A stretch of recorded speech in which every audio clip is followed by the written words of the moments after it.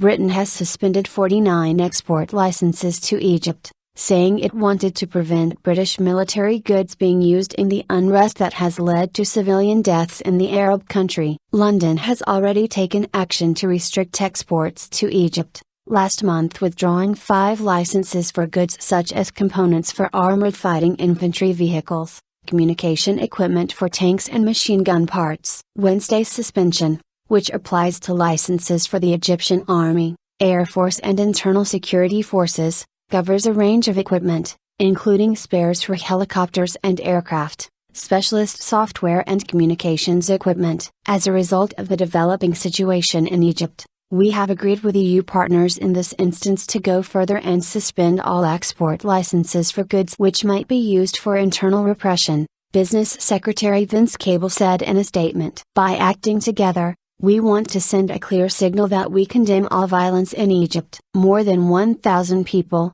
including about 100 police and soldiers, have been killed since the army deposed President Mohamed Morsi on July 3 in the worst internal violence in Egypt's recent history. Most died when the security forces dispersed 2 pro-Morsi protest camps on August 14. The suspension will be kept under review until conditions in Egypt indicate that it is appropriate to lift these restrictions, Cable's statement added. Last week, the European Union stopped short of agreeing to immediate cuts in financial or military assistance to Cairo when the bloc's foreign ministers held emergency talks to find ways to help bring an end to violence in Egypt. Meanwhile, Egypt's authorities continued with their crackdown on the country's Muslim Brotherhood, and detained more than 60 people associated with the group in less than 24 hours, including relatives of the group's leaders.